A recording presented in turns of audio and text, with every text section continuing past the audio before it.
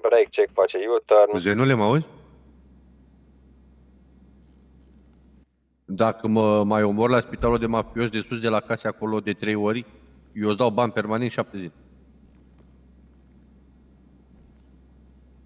Și pe mine și pe Lucifer și pe Stix. Ce persoană pare rău. Șmecher cu fraiere să stea, nu cade bine deloc. Amândoi pe celălalt